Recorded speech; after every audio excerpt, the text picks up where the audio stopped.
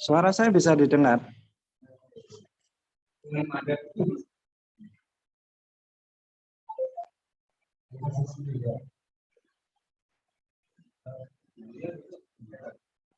Enggak ada suara.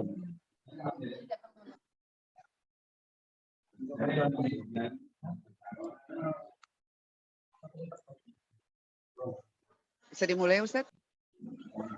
Suara saya bisa didengar? Kenapa, Ustaz? Suaranya bisa didengar? Dengar, Ustaz. Oh, dengar ya. Ya udah. Yang sana jangan rame-rame.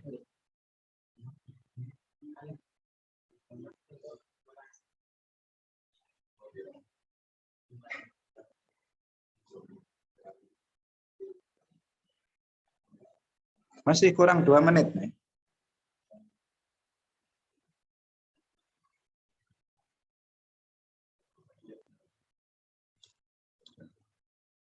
Perlu ini apa enggak? Perlu ini apa enggak?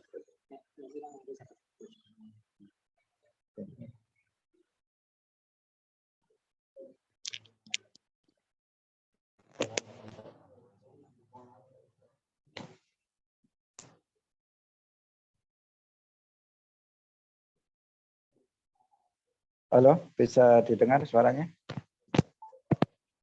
Dengar, Ustaz. Ya. Kita paskan jam 1. 1 menit lagi.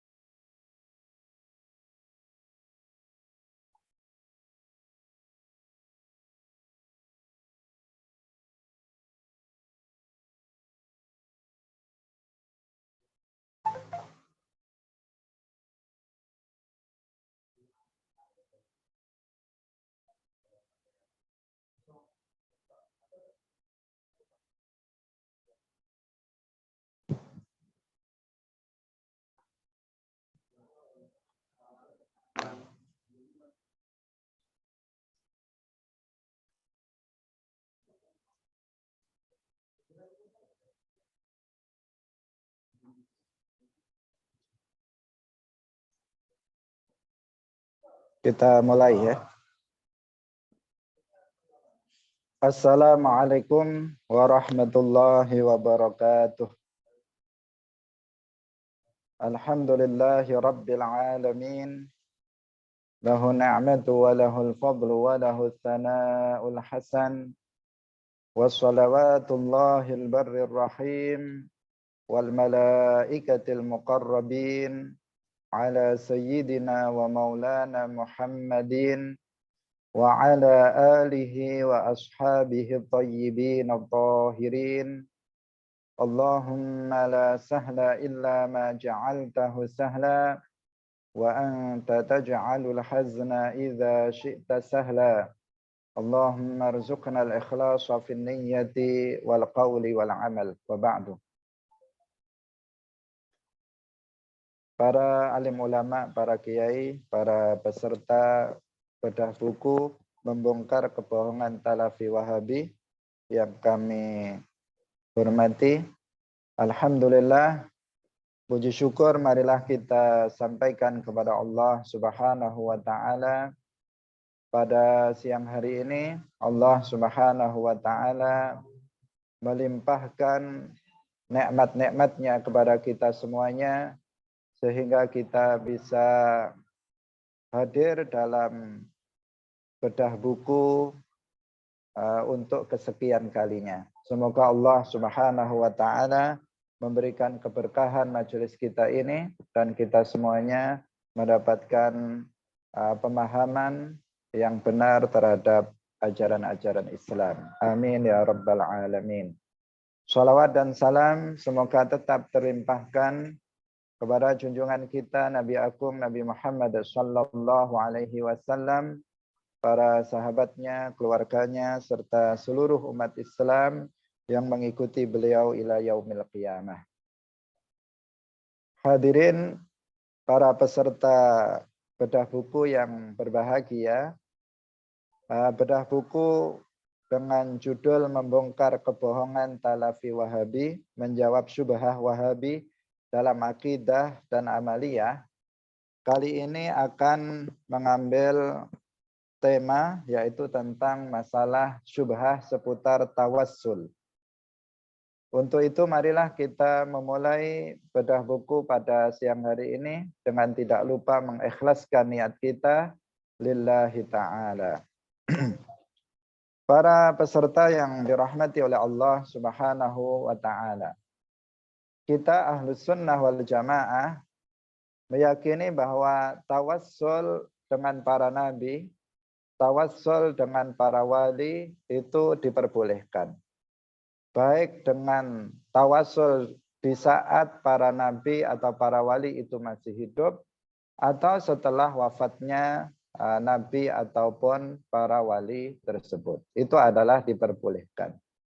Dan tawassul itu sendiri artinya adalah berdoa kepada Allah Subhanahu wa ta'ala dengan menyebut nama seorang nabi atau wali dalam rangka untuk memuliakan atau mengagungkan nabi atau wali tersebut. Itulah yang disebut dengan tawassul.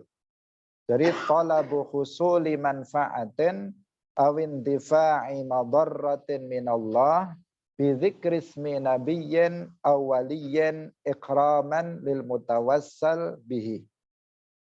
Meminta untuk mendapatkan manfaat atau tertolaknya bahaya, meminta kepada Allah dengan menyebut nama nabi atau nama wali dalam rangka untuk memuliakan mereka. Ini yang disebut dengan tawassul. Yaitu ketika misalnya kita berdoa, Ya Rabbi bil Mustafa baligh maqasidana. Ini namanya tawassul. Ya Rabbi, wahai Tuhanku, bil Mustafa, dengan keagungan Al-Mustafa Muhammad, baligh maqasidana. Inilah yang disebut doa tawassul. Dan tawassul ini diperbolehkan dalam agama, bahkan diajarkan oleh Rasulullah Shallallahu Alaihi Wasallam dan juga dipraktekkan oleh para sahabat, dipraktekkan oleh para ulama salaf sampai pada masa sekarang ini. Hadirin yang dirahmati oleh Allah Subhanahu wa ta'ala. Sekarang muncul syubhah dari kalangan orang Wahabi. Bagi yang membawa buku bisa dibuka pada halaman 190 ya, pada halaman 190. Orang Wahabi berkata, doa dengan tawasul itu syirik. Ini kata orang Wahabi. Karena itu tergolong sebagai ibadah kepada selain Allah. Mereka mengatakan begitu. Saya ulangi lagi. Sering orang Wahabi mengatakan bahwa tawasul, doa dengan tawasul dengan nabi atau wali itu adalah syirik. Karena tawasul dengan nabi itu ibadah kepada nabi. Tawasul dengan wali itu adalah ibadah kepada wali. Karena itu syirik, orang yang bertawasul itu hukumnya musyrik. Nah, maka bagaimana kita menjawab syubhah yang seperti ini? Kita katakan kepada mereka bahwa seluruh umat Islam itu memang meyakini tidak ada yang diibadai dengan hak kecuali hanya Allah Subhanahu wa ta'ala. Kita semuanya meyakini la ilaha illallah, la ma'budu bihaqqin illallah. Bahwasanya tidak ada yang diibadai kecuali hanya Allah Subhanahu wa ta'ala. Kami Ahlus Sunnah wal Jamaah meyakini la ilaha illallah. Kalian orang Wahabi juga meyakini la ilaha illallah. Secara lisan seperti itu. Kita tidak berbeda pendapat bahwa hanya Allah yang berhak untuk disembah. Bahwasanya tidak ada yang disembah dengan hak kecuali hanya Allah Subhanahu wa ta'ala. Tetapi yang masalah di sini adalah kalian. Bahwa kalian itu tidak paham makna ibadah. Yang di sini yang masalah. Kita semuanya sepakat bahwa Allah yang berhak untuk diibadahi itu hanya Allah. Kita semuanya juga sepakat bahwa orang yang beribadah kepada selain Allah itu musyrik. Kalian mengatakan begitu, kami juga mengatakan kalau ada orang beribadah kepada selain Allah itu hukumnya musyrik, kami setuju. Tetapi masalahnya adalah kalian tidak paham apa itu makna ibadah. Ketika kalian mengatakan tawasul ibadah, maka pantas jika kalian mengatakan bahwa orang yang tawasul itu dengan Nabi berarti ibadah kepada Nabi. Maka kalian menjadi mensyirikkan orang yang bertawasul. Tetapi apakah benar bahwa ibadah itu sekadar tawasul? Seperti yang kalian pahami. Apakah benar bahwa ibadah yang dimaksud dalam ayat iyyaka na'budu itu adalah tabarruk, istighosah, sekedar taat? Apakah itu yang dimaksud oleh ayat itu?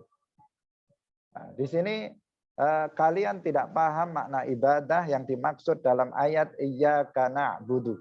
Karena itulah maka kalian serampangan menganggap bahwa orang yang tawassul dengan nabi atau wali itu menyembah nabi atau wali yang kemudian kalian hukumi perbuatannya sebagai syirik, dan orang yang melakukannya kalian hukumi sebagai orang yang musyrik.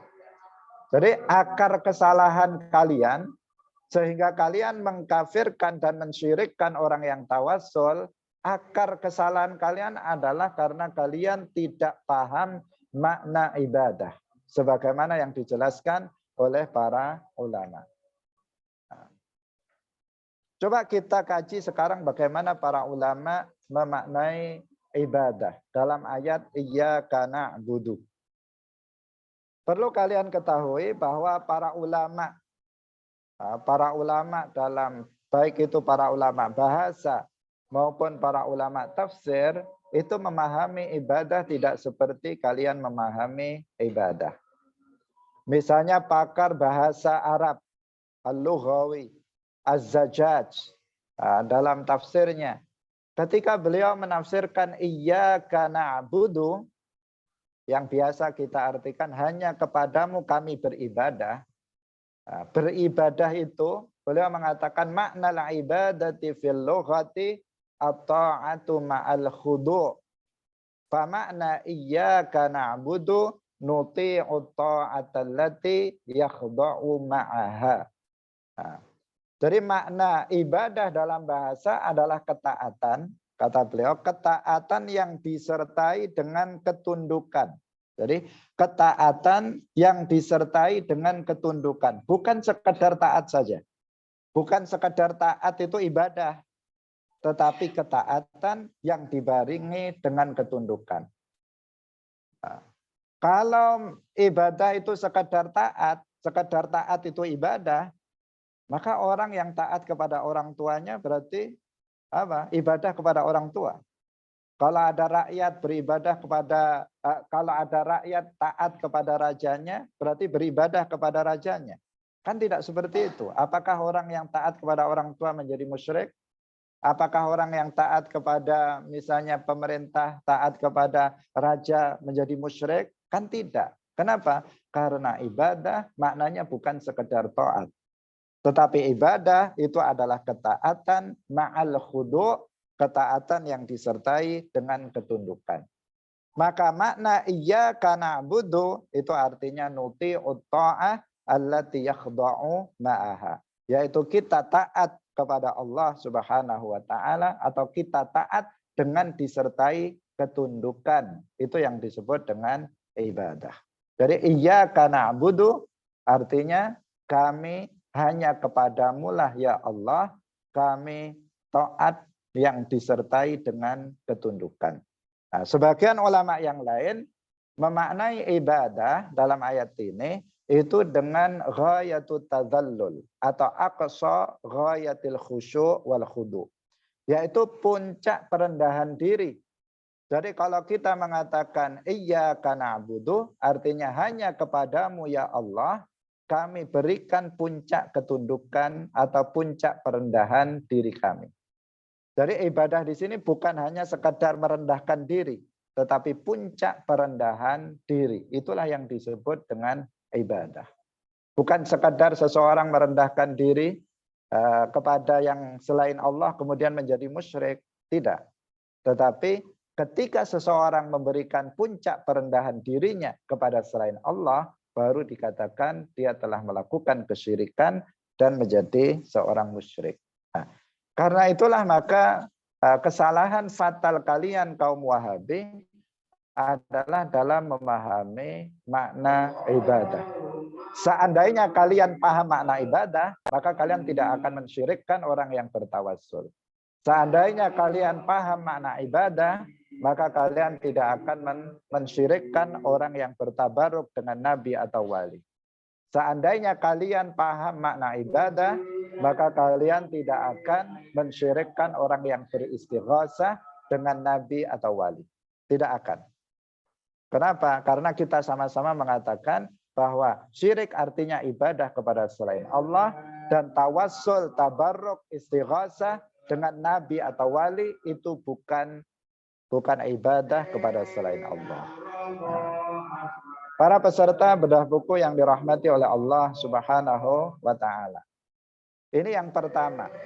Yang pertama, bahwa akar permasalahan sehingga kalian mensyirikkan orang yang tawassul, tabarruk dan istighosah adalah kalian karena kalian tidak paham makna ibadah sebagaimana yang dijelaskan oleh para ulama. Kemudian yang kedua yang perlu kalian camkan, yang perlu kalian camkan bahwasanya diriwayatkan dalam sebuah hadis bahwa sahabat Mu'ad bin Jabal itu pernah suatu ketika beliau datang dari Syam ke Madinah karena memang Sayyidina Mu'ad bin Jabal dan juga sahabat Abu Musa al-Ash'ari, beliau diutus untuk berdakwah ke sana. Suatu ketika Sayyidina Mu'ad bin Jabal, beliau kembali ke Al-Madinah Al-Munawwarah. Ketika beliau bertemu dengan Rasulullah Shallallahu Alaihi Wasallam, ketika beliau sowan, ketika beliau menghadap Rasulullah Shallallahu Alaihi Wasallam, tiba-tiba Sayyidina Mu'ad bin Jabal ini langsung sujud kepada Rasulullah Shallallahu Alaihi Wasallam. Perhatikan, di sini Sayyidina Mu'ad bin Jabal meletakkan keningnya di atas tanah kepada Rasulullah Shallallahu Alaihi Wasallam, yang menunjukkan perendahan. Sujud itu adalah salah satu bentuk perendahan diri seseorang yang paling rendah. Itu dilakukan oleh Sayyidina Mu'ad kepada Rasulullah Shallallahu Alaihi Wasallam. Tetapi pertanyaan saya, apakah Rasulullah mengkafirkan Sayyidina Mu'ad? Padahal sujud. Apakah Rasulullah mengkafirkan, mensyirikkan Sayyidina Mu'ad bin Jabal karena telah bersujud kepada Rasulullah? Ternyata tidak. Ternyata tidak. Rasulullah Shallallahu Alaihi Wasallam hanya melarang. Beliau bertanya, kenapa kamu melakukan itu? Sayyidina Mu'ad bin Jabal kemudian menjawab, ya Rasulullah, saya melihat orang-orang di Syam, mereka pada sujud kepada para raja mereka. Mereka pada sujud kepada para pendeta mereka untuk menghormati mereka. Sedangkan engkau, wahai Rasulullah, engkau jauh lebih mulia, lebih terhormat dibandingkan mereka. Maka engkau lebih berhak untuk disujuti daripada mereka. Jika mereka yang tidak lebih terhormat dari engkau saja mereka sujud kepadanya, apalagi engkau, maka engkau lebih berhak untuk disujuti daripada para raja dan para tokoh-tokoh agama mereka. Maka saya sujud kepadamu dalam rangka untuk menghormatimu. Di sini Rasulullah Shallallahu Alaihi Wasallam kemudian bersabda, la taf'al, kamu jangan lakukan itu lagi. Tapi Rasulullah tidak mengatakan asyrakta, kamu sudah syirik. Enggak. Rasulullah tidak mengatakan kafarta, kamu sudah kufur. Enggak. Rasulullah tidak mengkafirkan Sayyidina Mu'ad. Rasulullah mengatakan la taf'al, kamu jangan melakukan lagi. Ini untuk menunjukkan bahwa sujud hormat dalam syariat Nabi Muhammad itu hukumnya haram, tetapi tidak syirik, bukan syirik. Jika ada seseorang manusia sujud kepada manusia lain, maka di sini hukumnya dirinci menjadi dua.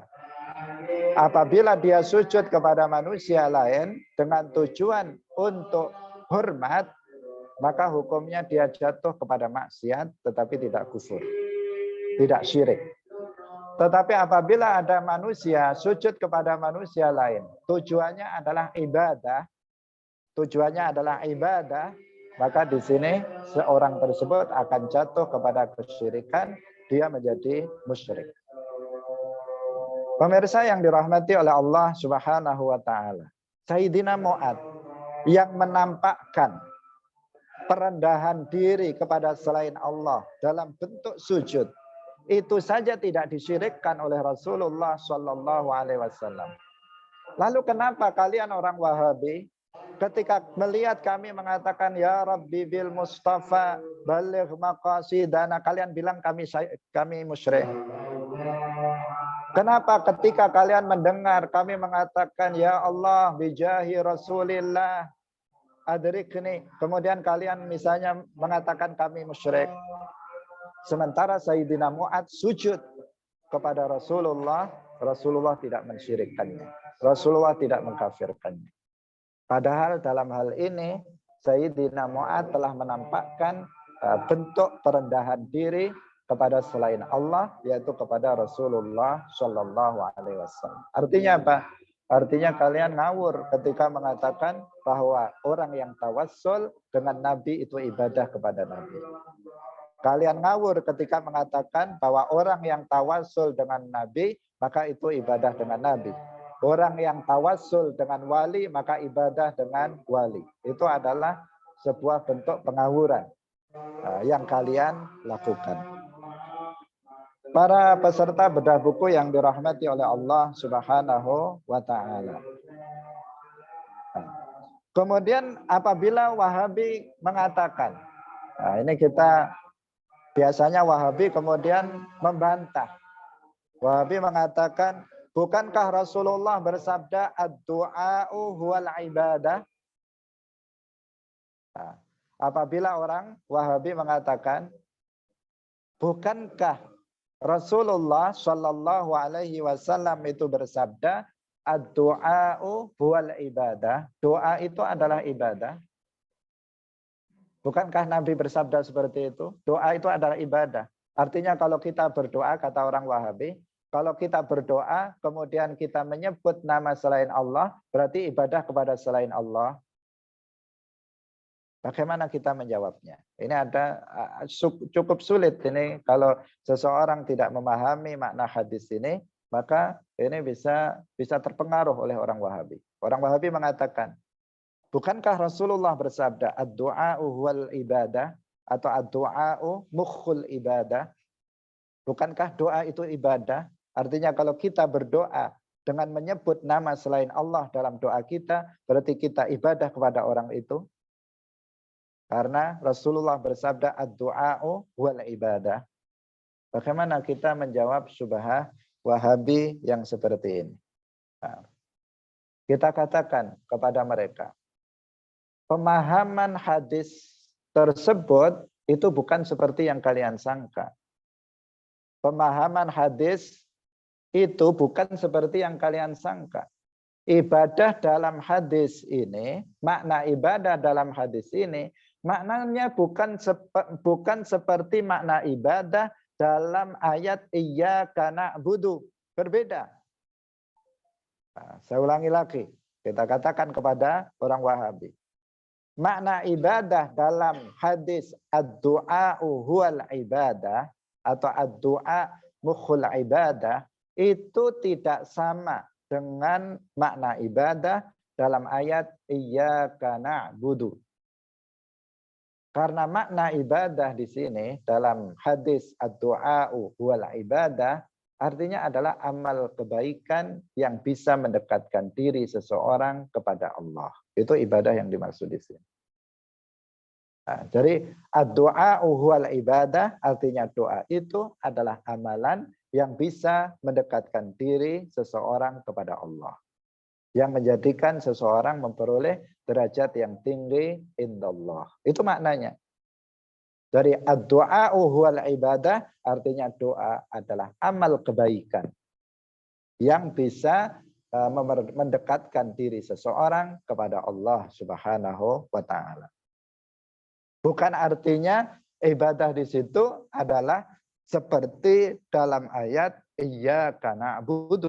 Kalau dalam ibadah dalam ayat iyyaka na'budu artinya adalah ghayatut tadzallul, yaitu puncak perendahan diri.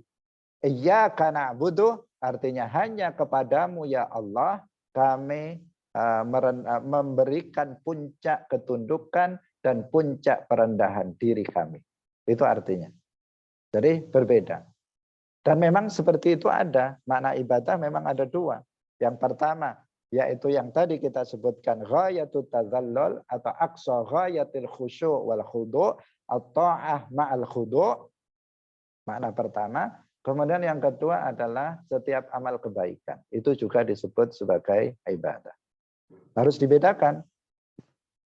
Ada hadis yang lain bahwa Rasulullah Shallallahu Alaihi Wasallam bersabda, "Intizarul faraji ibadatun." Intizarul faraji ibadatun. Jangan salah harokat.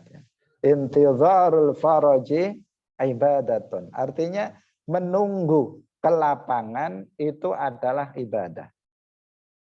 Apakah ibadah di sini artinya seperti dalam ayat iyyaka na'budu? Beda. Intizarul faraji ibadatun artinya menunggu kelapangan adalah sebuah amal kebaikan. Itu artinya. Nah, kita sering mengatakan kita bekerja dengan niat ibadah. Artinya kita niatkan karena Allah, maka itu akan menjadi sebuah amal kebaikan. Bukan artinya seperti dalam ayat iyyaka na'budu atau dalam makna kalimatut tauhid la ilaha illallah la ma'budu bihaqqin illallah. Bukan itu. Enggak sama ibadah di sini dengan ibadah yang tadi kita telah sebutkan. Nah, akar permasalahan, akar kesalahan kalian itu menyamakan makna ibadah antara ini dan itu. Nah, sehingga kemudian kalian mensyirikkan orang yang bertawassul, tabarruk, dan istighosah dengan selain Allah.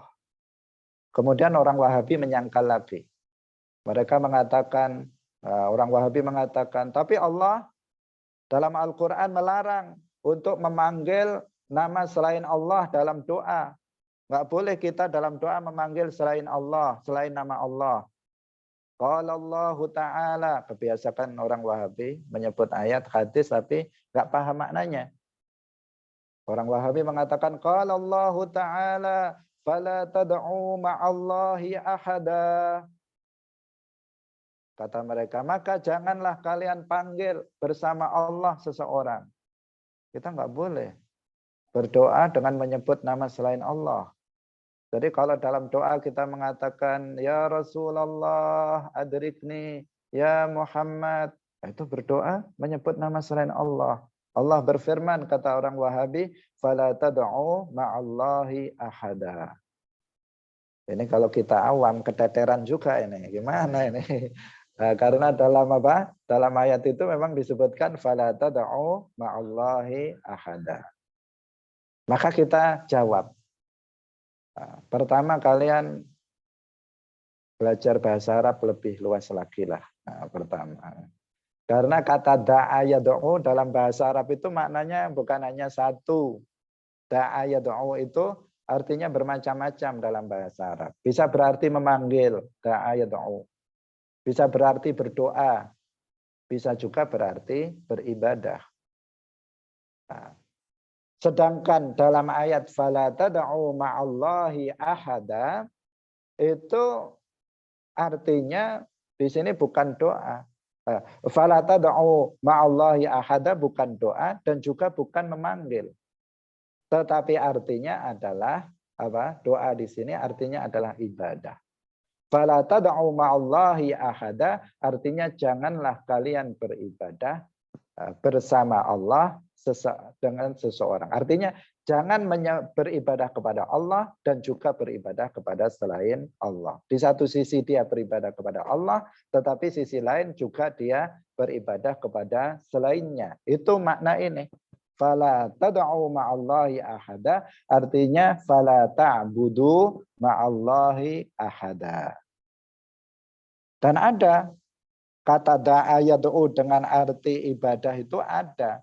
Bukan nggak ada, ada. Contohnya lagi dalam ayat yang lain. Kalau ini tadi kurang jelas misalnya, kita lihat dalam ayat misalnya surat Al-Jin.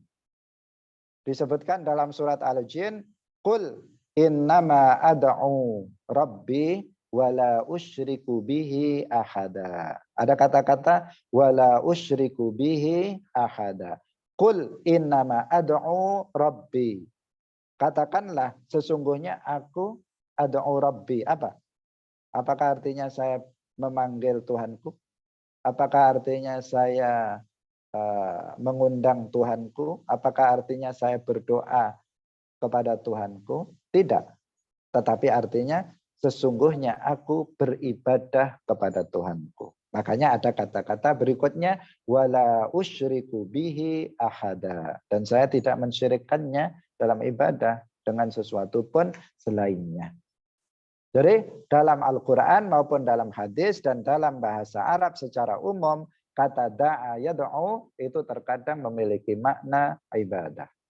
Jadi yang nggak boleh beribadah kepada selain Allah, dan ibadah kepada selain Allah itu adalah syirik, artinya memberikan puncak ketundukan, memberikan puncak perendahan diri kepada selain Allah. Itu yang disebut sebagai sebuah kesyirikan.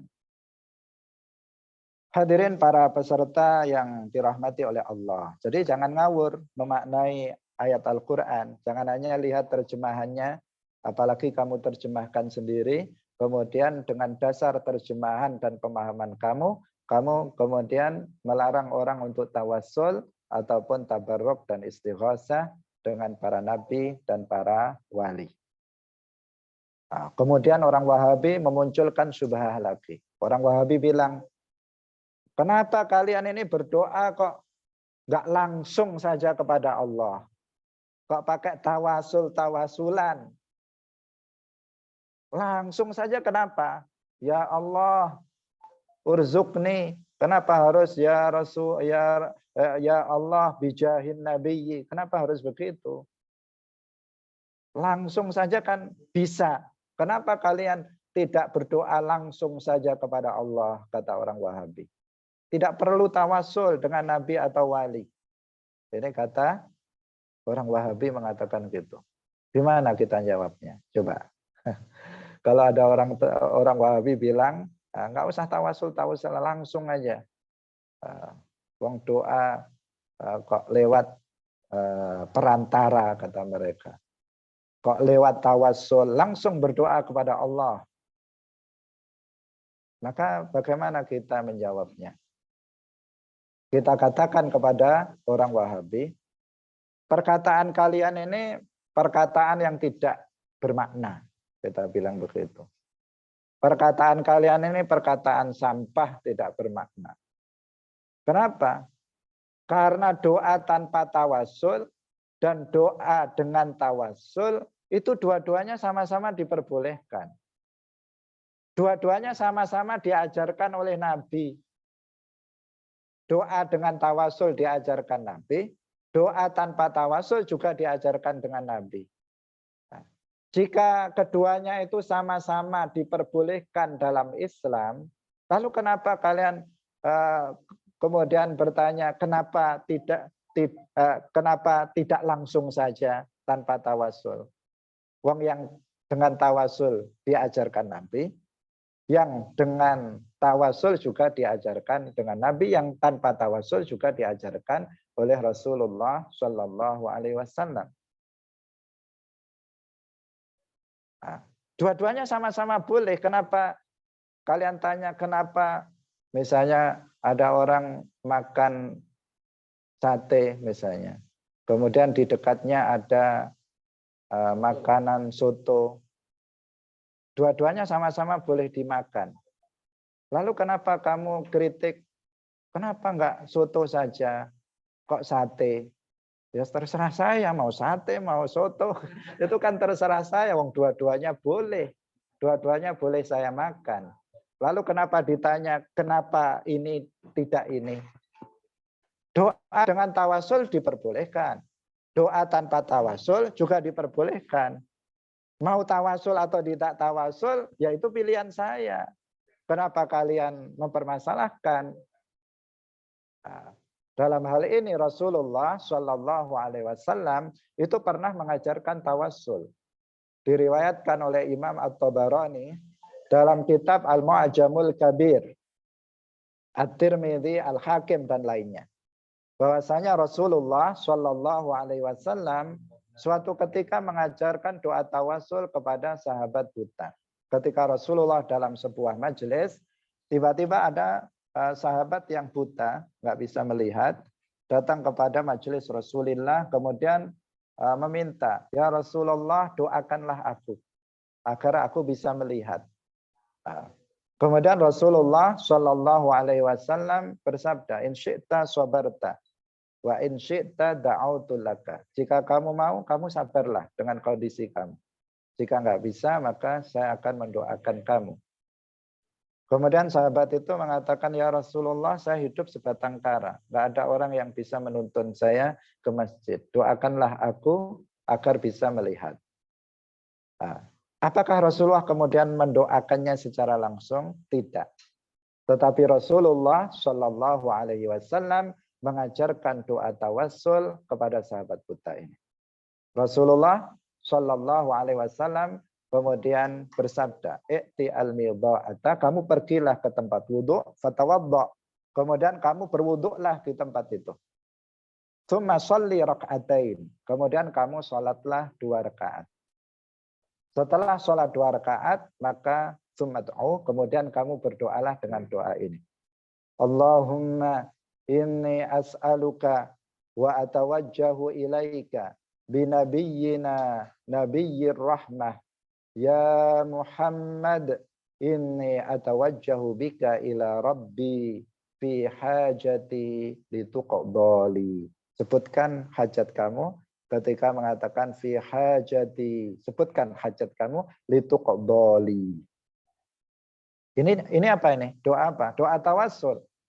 Diperhatikan, kita perhatikan doanya. Allahumma inni as'aluka wa atawajjahu ilaika binabiyyina. Tawasul. Binabiyyina. Aku meminta kepadamu dengan nabi kami. Dengan keagungan nabi kami. Nabiyyir rahmah. Nabi rahmah. Sudah begitu, pakai nida lagi setelahnya. Ya Muhammad. Dalam doa. Ya Muhammad, inni atawajjahu bika ya Muhammad ila rabbi fi hajati lituqdali. Doa tawassul diajarkan oleh Rasulullah kepada sahabat buta. Kemudian sahabat buta ini melakukan apa yang diperintahkan oleh Nabi. Beliau berwudu, kemudian sholat 2 rakaat. Setelah itu berdoa dengan doa yang telah diajarkan oleh Rasulullah. Dikatakan oleh perawinya bahwasanya kemudian tidak lama kemudian sahabat itu datang kembali ke majelis Rasulullah dalam keadaan sudah bisa melihat kembali. Matanya sudah bisa melihat seperti sedia kala. Luar biasa. Doa tawassul. Dengan doa tawassul, mata orang yang buta bisa kembali melihat. Maka tawassullah. Rasulullah Allah Subhanahu wa taala berfirman wabtaghu ilaihil wasilah. Carilah wasilah, sesuatu yang bisa mendekatkan diri kalian kepada Allah Subhanahu wa taala. Pemirsa yang dirahmati oleh Allah Subhanahu wa taala. Tawassul dengan nabi, tawassul dengan wali diperbolehkan. Diajarkan oleh Rasulullah sebagaimana hadis yang tadi, juga ada hadis yang lain. Diriwayatkan oleh Ibnu Majah dalam kitab Sunan Ibnu Majah bahwasanya Rasulullah Shallallahu Alaihi Wasallam itu mengajarkan doa tawassul. Yang ini dianjurkan untuk dibaca oleh seseorang ketika dia keluar dari rumah untuk menuju masjid. Ini doa menuju ke masjid. Mungkin sebagian kita sudah sudah hafal atau sebagian kita belum. Yang isi daripada doa itu adalah doa tawassul. Bahwa dalam doa itu dikatakan Rasulullah Shallallahu Alaihi Wasallam mengajarkan doa Allahumma inni as'aluka bihaqqis sa'ilina alaika wa bihaqqi mamsyaya hadza fa inni lam akhruj asharan wala bataran wala riya'an wala sum'atan kharajtu tiqa'a sakhatika wa batigha'a mardatika fa as'aluka an tunqidhani minan nar wa an taghfira li dzunubi innahu la yaghfiru dzunuba illa anta. Jadi di sini sangat jelas bahwa Rasulullah Shallallahu Alaihi Wasallam mengajarkan tawassul, kepada umat Islam. Jika tawassul itu diajarkan oleh Nabi, kenapa kalian melarangnya? Kenapa kalian melarangnya? Jika tawassul diajarkan oleh Nabi, kenapa kalian bilang syirik? Apakah menurut kalian Rasulullah mengajarkan syirik? Apakah menurut kalian Rasulullah itu mengajarkan syirik? Kalian terlalu berani. Rasulullah datang dengan tauhid. Rasulullah mengajarkan tanzih. Rasulullah mengajarkan tauhid, tidak mengajarkan syirik. Sebagaimana kalian tuduhkan secara tidak langsung, kalian mengatakan bahwa Rasulullah Shallallahu Alaihi Wasallam itu mengajarkan syirik.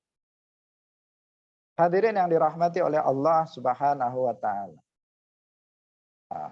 Tapi Wahabi, ya namanya Wahabi tetap ngengkel, tetap ngengkel.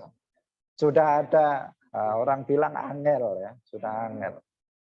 Meskipun sudah ada dalil yang menunjukkan tawassul itu diperbolehkan, tetapi Wahabi kemudian bilang, Allah itu nggak perlu perantara, kata mereka. Untuk mengabulkan doa manusia, kata mereka Allah itu tidak membutuhkan perantara. Karena itu tidak butuh tawassul dengan nabi atau wali. Kata mereka. Mereka mengatakan seperti itu. Maka di sini kita katakan, sebentar ini ada tamu, kita selesaikan sedikit lagi. Kata orang Wahabi, Allah itu tidak butuh perantara untuk mengabulkan doa manusia. Karena itu nggak perlu tawassul dengan nabi atau wali. Maka di sini kita katakan kepada orang-orang Wahabi, kalian itu gagal paham lagi. Kalian itu apa? Gagal paham lagi. Karena ketika umat Islam itu bertawasul dengan nabi atau wali, itu tidak sama sekali meyakini bahwa Allah itu membutuhkan perantara. Ketika kita mengatakan atau ketika kita tawasul dengan nabi atau wali, umat Islam kita ini sama sekali tidak meyakini bahwasanya Allah itu butuh kepada nabi atau wali untuk mengabulkan doa. Tetapi kita meyakini bahwa nabi atau wali itu adalah sebagai sebab syar'i, bukan Allah butuh kepada nabi atau wali. Tetapi nabi atau wali itu adalah yang dijadikan oleh Allah Subhanahu wa taala sebagai sabab syar'i untuk mengabulkan doa seseorang. Karena Allah Subhanahu wa taala itu kan dalam menciptakan sebagian perkara itu menciptakan sebab. Allah menciptakan kenyang, menciptakan sebab berupa makan. Menciptakan kesembuhan, menciptakan sebab berupa minum obat. Apakah minum obat itu, apakah Allah untuk menyembuhkan seseorang butuh perantara berupa minum obat. Enggak, jika Allah berkehendak maka Allah menyembuhkannya. Tetapi ini namanya sabab. Kalau yang tadi, kalau makan, kemudian minum obat, itu namanya sabab syar'i, sabab adi, yaitu kebiasaan yang Allah ciptakan untuk terciptanya sesuatu makhluk yang lainnya. Kalau tawassul itu adalah sabab syar'i. Kenapa? Karena diajarkan oleh Nabi, diperintahkan oleh Allah. Sabab syar'i dari Allah mengabulkan doa seseorang. Hadirin yang dirahmati oleh Allah Subhanahu wa taala. Kami mohon maaf yang sebesar-besarnya. Kajian kita pada siang hari ini tidak sampai 1 jam karena ada tamu agung yang harus saya sambut. Untuk itu mohon maaf yang sebesar-besarnya jika tidak sampai 1 jam. Semoga bermanfaat bagi kita semuanya. Barakallahu fikum wallahul muwaffiq ila aqwamit thariq. Wassalamualaikum warahmatullahi wabarakatuh.